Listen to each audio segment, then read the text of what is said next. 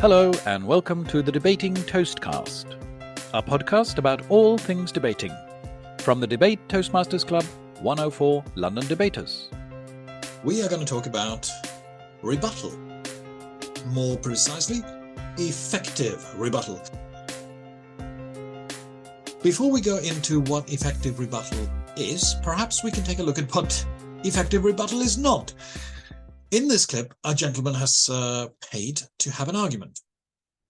And the argument officer, we will see, has just claimed to have told him that this is the right office for it, something he has in fact not done. So let's see now how that goes.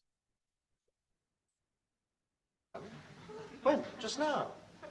No, you didn't. Yes, I did. Didn't. I did. Didn't. I'm telling you I did. You did not. Oh, I'm sorry, is this a 5-minute argument or the full half hour? Oh, just the 5-minute one. Fine. Thank you. Anyway, I did. You most certainly did not. Now, let's get one thing quite clear. I most definitely told you. You did not. Yes, I did. You did not. Yes, I did. Didn't. Yes, I did. Didn't. Yes, I did. Look, this isn't an argument. Yes, it is. No, it isn't. It's just contradiction. No, it isn't. Yes, it is. It is not. It is. You just contradicted me. No, I didn't. Oh, you did. No. You did just then. No, nonsense. Oh, look, this is futile. No, it isn't. I came here for a good argument. No, you didn't. You came here for an argument. Well, an argument's not the same as contradiction. Can be. No, it can't. An argument's a connected series of statements to establish a definite proposition. No, it isn't. Yes, it is. It isn't just contradiction. Look, if I argue with you, I must take up a contrary position. But it isn't just saying no, it isn't. Yes, it is. No, it isn't. So that's an example of how not to do effective rebuttals. Let's start our exploration of what effective rebuttals actually is by saying something that I will probably repeat throughout this little talk, and that is that there is no substitute for preparation.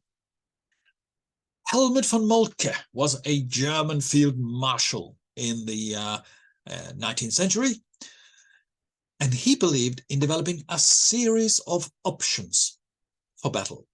A series of options. Note that, instead of a single plan. And what he said was, no plan of operations extend with certainty beyond the first encounter with the enemy's main strength. Today, the expression no plan survives contact with the enemy is the popular reconfiguration of this concept. Winston Churchill said, plans are of little importance, but planning is essential. And another wartime leader, Eisenhower, the American war leader and later president, said plans are worthless, but planning is everything. So the point is, through planning, you prepare for the unexpected as well as for the expected. And there is no substitute for preparation and research. No magic formula or clever technique will enable you to waltz unprepared into a debate and win it. For the most part, the debater or team who is best prepared wins. The painting here that forms the backdrop, by the way, is the battle between the Spanish Armada and the English Navy. Now, the Armada had big, powerful ships, but the English had the latest technology, which was smaller, quicker, and far more maneuverable boats that enabled the English Navy to be flexible. Another important keyword to remember for a good rebuttal speaker. Okay then, so let's get stuck in with the first question. What is rebuttal? Well, the dictionary gives a very basic definition, a statement that says that something is not true. Well, that reminds me of that clip of the sketch we just saw. I think more useful for our context is a definition based on what Professor Jared Aitchison in his excellent lecture series, The Art of Debate, available on Audible, gives. And although I paraphrase, it goes something like this. The rebuttal process is the interaction, or clash, if you like, that actually makes a debate, rather than just a series of presentations of different views. It is the process through which the argument develops and through which the audience is helped to assess what they hear and to make a choice. Your job as a rebuttal speaker is to give them the right framework. Show the audience how their values are in fact in alignment with your side of the argument, and thus help them to come down on your side. By giving the audience members an idea of how they should assess the arguments they've heard, you help them to assess these arguments the way you want them to. You are in fact assessing the arguments of the other side when you do rebuttal, but you are also helping the audience assess the debate as a whole and to obviously come down on your side. The rebuttal process, therefore, is all about assessment. Now, why is that important? That's the next question. Well, why do rebuttals matter? Because, as I just said, a debate is more than a series of public speeches. As I alluded to earlier, the rebuttal process is actually what makes a debate a debate.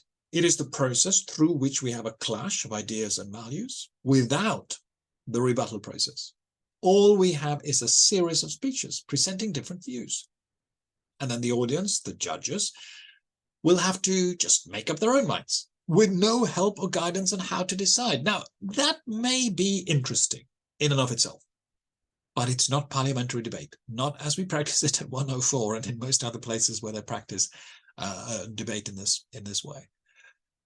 In a debate, you attempt to guide and assist the audience in making the decision. And in the rebuttal process, what you do is that you have the chance to remove doubts and fears about your case and to make things clearer to the audience so as to enable them to find the final reason that they need in order to land on your side of the argument.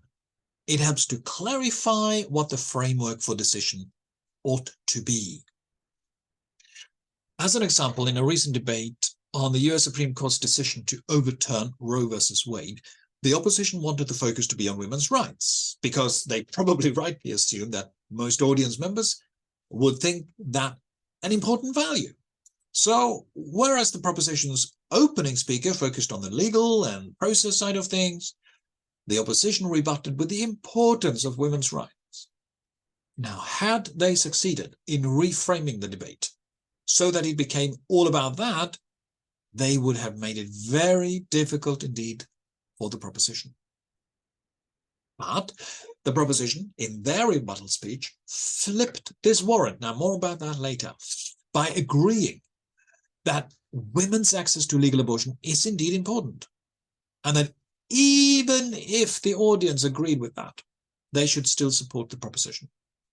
Because, as the overturning of Roe versus Wade had shown, women's right to abortion was more secure in countries without Supreme Court or equivalent rulings, where the right to abortion had been secured by debate and a democratic legislative process, rather than by a decree by some High Court or Supreme Court. Now, the warrant, therefore, that women's right to abortion is important, was thus turned and at the very least neutralized as a weapon to be used against the proposition. Now, what that meant for the audience was that those who perhaps agreed that the High Court ruling was technically and legally correct, but they still worried that it was morally problematic because it appeared to deprive women of access to abortion services, and they think that's important. Now, these people were reassured that yes, they could indeed think that women's access to abortion was an important value, but still vote for the proposition because they had shown that abortion is better secured through a different process of lawmaking, which the overturning of the ruling made possible. And then, of course, the summary speaker of the proposition was able to remind the audience that that is what the debate is all about, the process of how abortion right is secured. It hadn't taken that right away as such, but returned this decision-making power to the constituent states of the USA. I should declare an interest here. I was on the proposition team, and hey, I was as surprised as any that we actually won this debate by, I think, one vote. However, we did have a bit of a swing in our favor, which is always nice. And I do think the reassurance we were able to give during the rebuttal process helped. Certainly, some of the audience members told me so afterwards. So the rebuttal part of the debate is important because it helps the audience, the judges, to decide and to make that final call, this side or that side. Okay, now let's move on to what is going to be the most important part of this podcast, which is how to actually do it. The first thing I think to note is the structure. The aforementioned Professor Atchison suggests dividing your rebuttal speech into 3 parts. So in total, you have about 7 minutes. Certainly in our club you do, which means you have approximately 2 minutes to defend your case against the attacks made by the other side. Then you have another 2 minutes to attack the other side, and finally another 3 minutes to introduce any points that will help the audience decide. Now, I think in 104 we have been fairly good at points 1 and 2, although we haven't necessarily followed that order. We tend to have the responses first and then go on to basically just present something prepared. So what I think is that we could get better at being more aware and conscious in the way we structure our rebuttal speeches. Not least using that third part, not only to present what we have prepared, but in a more flexible way, using our preparations, our research, the stats and the facts at our fingertips to nimbly help the audience focus on that which will help them assess the debate in our favor. So don't just write down a speech. Have lots of options ready in front of you and grasp those points which you think will be most helpful for the audience. Just like the British Navy were able to maneuver in and out of the big cumbersome Spanish boats. And let me just give you a quick example now of how it might look in practice. Let's assume that we are the proposition arguing for higher carbon taxes to help meet the zero carbon target. The opposition has at this point given their rebuttal speech, and they have said that this will make people living now poorer, whilst not really fixing the problem, and any consequences of climate change are still 60 to 100 years away. So we need to care more about those who live now, not in the distant future. Now you are the proposition's rebuttal speaker. What do you say? Okay, so using this structure, you start by defending your own case. The opposition said our scheme would make people poorer without solving the problem. But in fact, several studies have shown that by implementing a transition to a greener economy, we may in fact see a net benefit to all income levels. Notice, studies have shown you can't use this argument unless you have actually done your homework, done your research, and found these studies to use. Then you go on to attack the other side. The opposition suggested we have plenty of time before the consequences of climate change is felt, and that we should care more about those who are poor now. We agree that we should care about them, but it is the poorer societies in the world that will suffer the most, and not in the distant future. According to the IPCC, they are suffering right now. So again, you are referring to some report by an official body, the IPCC. So again, you will have had to have done your research in order to use this argument. Then the third part. Now you want to guide the audience. The opposition has tried to tell us that the problems of climate change is far in the future. But we have shown that climate change has an impact right now. But even if we accept that the worst consequences are in the future, those consequences are so monumental that it is more important to do something now, even at the cost of some jobs. So that's how you might put it into the structure. What we are obviously trying to do here with our arguments is to take into consideration what the audience, who are obviously the judges, think is important. Now, do not just focus on what you think is important, at least not if you want to win the debate, right? In this case, should we worry more about the magnitude of the problem, or should we worry more about sort of the time frame? Should that be the important thing? Should we worry more about people living now or those living in the future?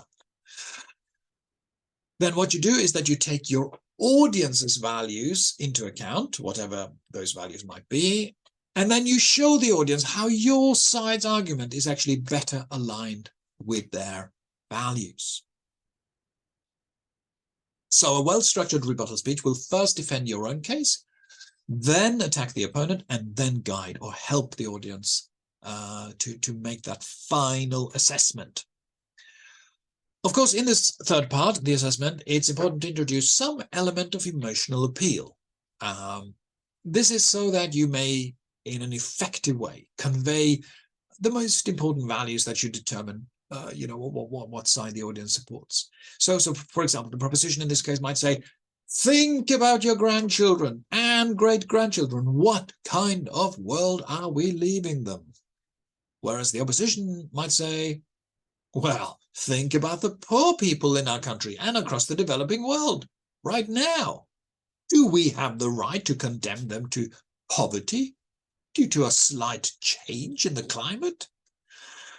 Of course, the key question you need to ask yourself is, what is the most important to the audience, to the judges?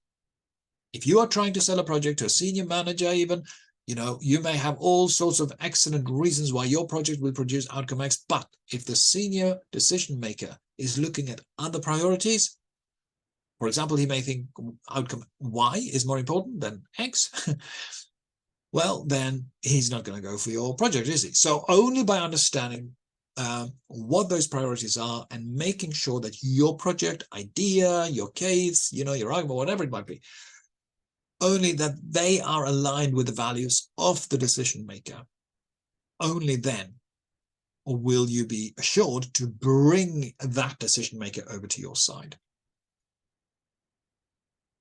But exactly how do I do that in a debate? You may be asking me, when I'm assigned to argue for or against something. I just have to stick to that, don't I? And for sure, yes, you do. And also in a debate with an audience, in a London-based club like ours, the audience will be quite diverse in terms of their backgrounds, their beliefs, their values. You can't be 100% sure, but you can safely assume what the majority probably thinks is important. And you need to at least protect your side from failing to take that into account, to take into account some important value for the audience members. Otherwise, that will surely be used against you. So what we're going to do now, finally, is to look at some techniques for doing just that. We're going to look at 3 techniques recommended by several leading debate experts, and I've taken a bit from here and a bit from there and put it all together in a way that I hope is relevant for you. And the first one is the alternative scheme strategy. The first thing to say about this one is that it's really only open to be used by the opposition. The proposition can't start saying, well, if you don't like this, we have another. That's not how it works. I think it was Groucho Marx, the comedian, who said, I have some principles, and if you don't like them, well, I have some others. Well, the proposition can't be doing that sort of thing. And if you heard another one of our former presidents, Luong Lo, who is also a debate coach in this club and has given an excellent workshop on preparing to be in opposition, on the opposition team. If you were at that one, you would have noticed that she talked about something called the petal approach. So PETAL. That's an acronym that stands for a series of questions you may ask if you're on the opposition team when you're preparing. So the P, for example, is this policy practical? And then you go down, and the A in petal is, are there alternatives to the policy suggested by the proposition? And this is what we are now going to explore in a bit more detail, how to use that approach. So let's look at an example. And in a very recent debate, the proposition argued for the motion this House would ban privately owned schools. And they emphasized the fairness value, that we should level the playing fields for kids' education. The opposition, of course, introduced another value, namely the economy, how costly this policy would be. Although attacking the proposition on whether a policy is practical is a very powerful line of attack. It is, of course, the P part of the petal approach, which the opposition did indeed use. In this debate, the audience valued fairness higher, and so the proposition won the most votes in the end. Let's look at how the opposition might have used the alternative scheme approach to rebut the proposition's argument. So in this debate, the opposition could, for example, have said that they agree with the problem and that they even agree that something ought to be done to make compulsory education fairer, in the sense of giving children a more level playing field. Now, but, and this is the big point, but banning privately owned schools is too radical, it's too costly, it's too difficult, and instead we should go for an alternative policy. Namely, we should simply ban the collection of fees and make sure all children may be considered for any school based on a fair and transparent admission policy. This would produce greater fairness without the practical difficulties of a blanket ban on all privately owned schools. Note that the opposition here has not introduced any new values, nor have they had to reject the proposition's main argument. Instead, the opposition has been able to take fairness on board, take it on their side, and in addition, having the argument of practicality on their side. Of course, they would have had to sort of tone down the economic argument in this case, as the impact of banning fees would also have an economic impact, no doubt. But people are more likely, I think, to feel that if something is the right thing to do, it's going to be the right thing to do, even if it's a bit costly and difficult. So if the alternative you are putting to the audience is either do the right thing or don't do the right thing because it's costly, they're going to say, oh, well, let's just do the right thing. Doesn't matter, you know. So you'll always lose that side if you lose the argument for what's the right thing. That's it, you've lost. And so by accepting the fairness premise, but suggesting an easier, a more realistic, a cheaper way of achieving it, you then stand a greater chance of getting the votes of those people who did actually worry a bit about the practicality, but who also wanted greater fairness, who believed that it was, you know, at least the right thing to do, even if it was difficult and expensive. Now, what the proposition then will have to do to rebut this alternative scheme argument is to be ready with an explanation as to why only their scheme and policy will produce the necessary and desired outcomes. What you might call the unique selling point of their policy. They might, for example, have said that if schools remain privately owned charities, the wealthy parents, although banned from paying school fees, can still give charitable donations. These donations can then be used to hire the best teachers at higher salaries because the schools are still privately owned charities. And furthermore, the money could be used to get all that extra equipment, etc., that such schools are famous for. Only by making all schools, state schools, and all teachers, civil servants, can you move resources around, including teachers, to the areas of the country where they are needed the most. So the alternative scheme strategy is very good for agreeing, okay, you agree with the general goal, but you come up with another way of achieving it that seems more plausible for the audience. And for the proposition's defense against this, well, the proposition will have to say and be very well prepared, again, coming back to the preparation point, to give the unique advantages of their policy, that only their policy can achieve it. Another thing, of course, the opposition might say is that instead of doing X, we should do Y. So in this case, we don't need to ban privately owned schools to make it better, to make education better and fairer. We just need to spend more money on existing state schools. That's what we should do instead. We should focus on that. Spend more money on the existing state schools.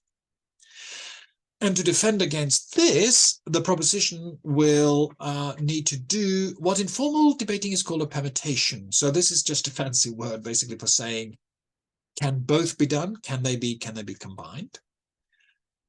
They could, for example, reply, well, yeah, sure, we need to spend more. But that's not mutually exclusive to banning private schools. We need to do both. So that's the alternative scheme approach. Now let's move to the next one, which is the even if argument. Now, the power of the even if argument lies in its ability for you to say that even if what the other side say is absolutely true and correct. You're agreeing totally with the other side in every aspect of what they had said. You, that's the audience, the judges, if you will, should still vote for my side. Now, obviously, anyone can just say that, but it needs to make sense in the context of the debate. You need to give the reasons. So the way to use this technique is to listen very, very carefully. What is the other side saying? And then ask yourself this question. Could it be the case that if everything they say is absolutely true and correct, that the audience anyway can or could, indeed should, still support your side? Is that possible? If that is possible, then you can use this technique. And it's very often possible, funnily enough. Let's take a recent example again. This is from a debate we had not long ago on museum artifacts. I should again declare an interest here. I was coach for the proposition, debate coach. And the proposition who argued for the motion that museum artifacts should stay where they currently are. That is, in the museums that are currently legally owning them. And for this, they presented these three reasons mentioned here, that no one can claim to have any more moral right to these artifacts than anyone else. It's part of our shared human heritage. We must protect this, was the second argument, against them being used for nationalism, for point scoring politically or financial gain. And thirdly, that we must protect them against an increased risk to their security and well-being. Now, out of these three reasons, the opposition really focused in on the moral claim to ownership. They gave examples of artifacts taken during the time of empire or by looting during or after wars, and claimed that it was the right of a country or people to demand the artifacts connected to them to be delivered over to them. Now, using the even if approach, the proposition could here have said, even if you agree, in principle, that significant artifacts should indeed ideally be residing in the areas and with the people with whom they have a cultural and historical connection, you should still vote for the proposition. Why? Because if we were to act on this principle, we would have to empty out all museums in all the world for any artifact that does not have a cultural or historical connection to the country where that museum is currently situated. This would lead to a chaotic situation where you might have competing claims from different countries or ethnic groups as to who really has the morally rightful claim. And look, the opposition has not spelled out the mechanisms for deciding in those contested cases who has the greatest moral claim. Whereas we already have a mechanism for deciding who has a legal claim, namely through the courts. And therefore, even if we agree in principle that there is a moral claim, we should stick with the legal principle to protect the artifacts, because in practice, going with the moral claim is just impossible. Now, this was, I have to say, a rather difficult motion to defend. And although the proposition did a good job defending it, it was in the end defeated. I am not saying that if only we had used this approach, they would necessarily have won. No, but because let's take, for example, the opposition. They could have come back and said, no, just because a country or people have the right to claim an artifact doesn't mean they have to make that claim. It rather means that where all other considerations are equal, the historical link should weigh more heavily than current legal ownership, for example, something like that. Now, what I'm saying is that by using the even if approach, the proposition would at least have potentially neutralized the moral claim argument to some degree. Let me show you where this would have sat in the structure, in the sort of rebuttal speech structure. So I think this would come under point 2 and 3 mainly. So because firstly you defend your own side from attack, but then you go on the attack and you attack the other side by saying, for example, that acting on their principle would lead to chaos. And then, of course, you try and help or assist the audience in point 3 to assess the debate as a whole by saying that, look, even if you agree with this principle about the moral right to an artifact, you should still vote with the proposition because it is better to stick with the legal principle and process, etc., etc. Now, in this particular debate, the audience clearly felt that the moral claim through historical and cultural links and all that were more important than the value of universally shared heritage that the proposition built its case on. So the idea, therefore, with using the even if approach is that it enables you to take that value on board and by so doing enable people to feel reassured that the principle can be supported, yet they can also support that due to all the practical difficulties and contentious issues that may arise, it's better to allow the artifacts to be where they legally belong and let the legal framework and process be the controlling framework in practice.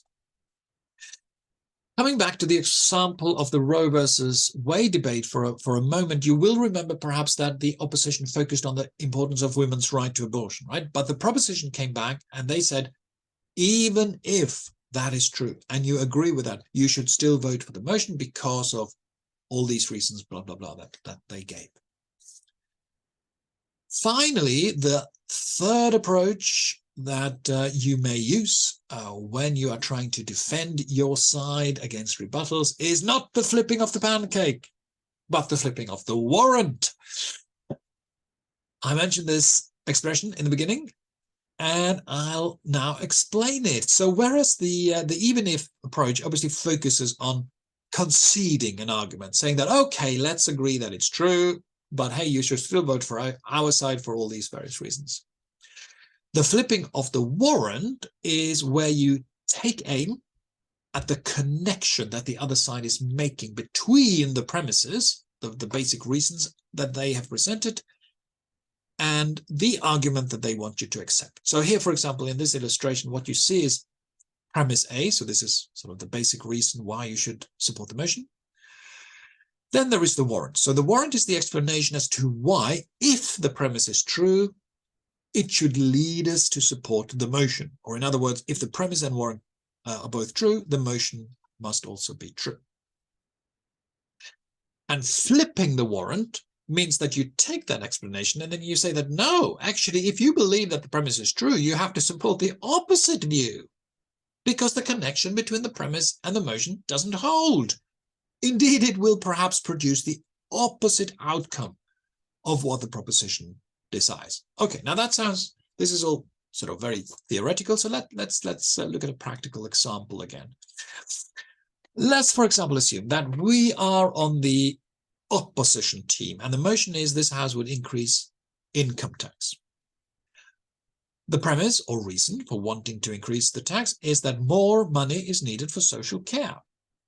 The warrant, i.e. the connection between that reason and the conclusion that we should support higher income tax, is that by increasing income tax, more money will be available for social care.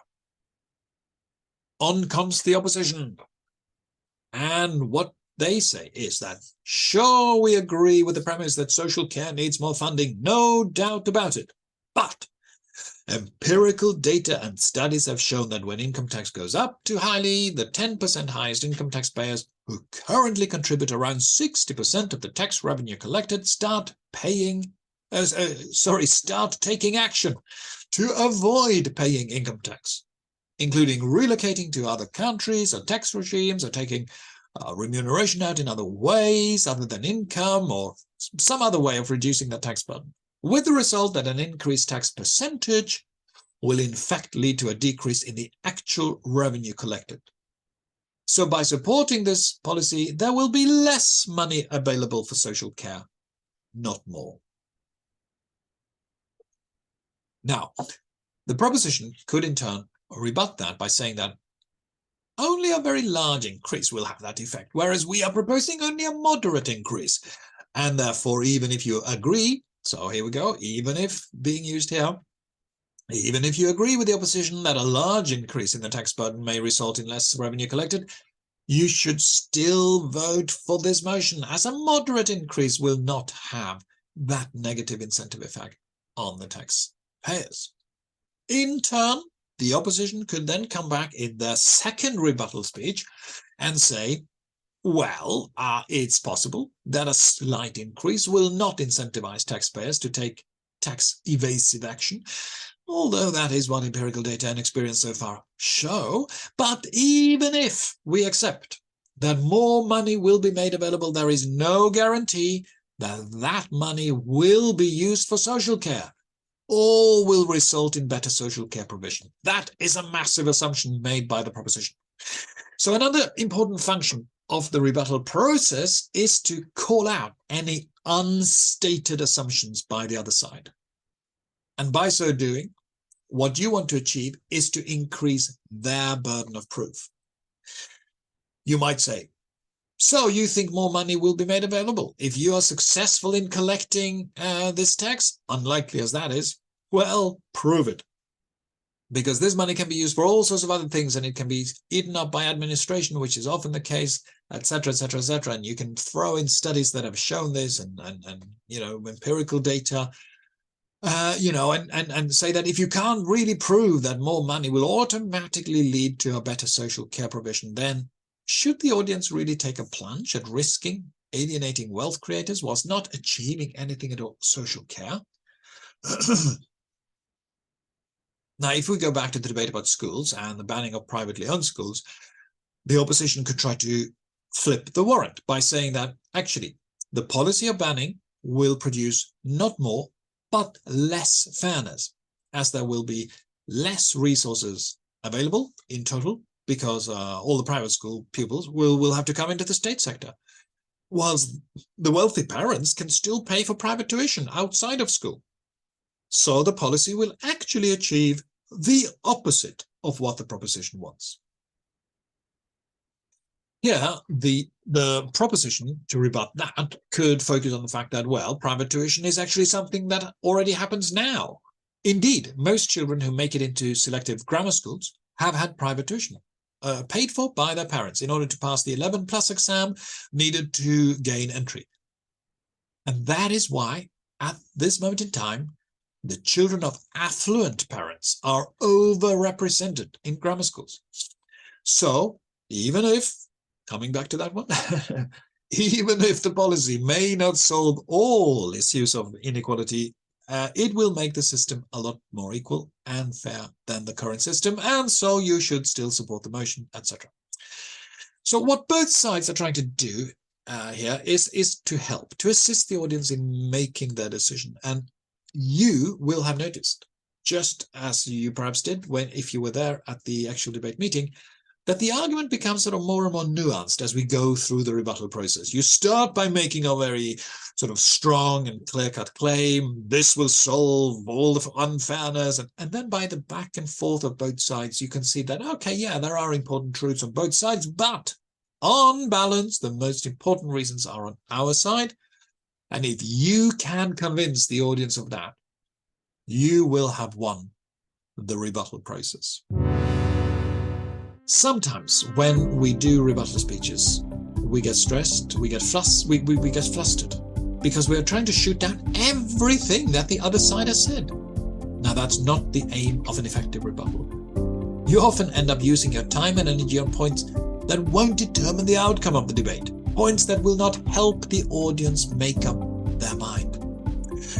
So instead, try to think of the rebuttal speech as part of a process of stripping away or chipping away anything that is not relevant for which side of the argument or motion the audience should come down on. Remember, you are trying to help them make their final decision, not confuse them more. Good luck with your next debate. You've been listening to The Debating Toastcast. Feel free to leave a comment, critical or encouraging. We welcome both. And if you'd like more information about joining the club or coming first as a guest, please have a look at our website, 104londondebaters.club, or send us an email on info@104londondebaters.club. That's info@104londondebaters.club. Thank you for listening.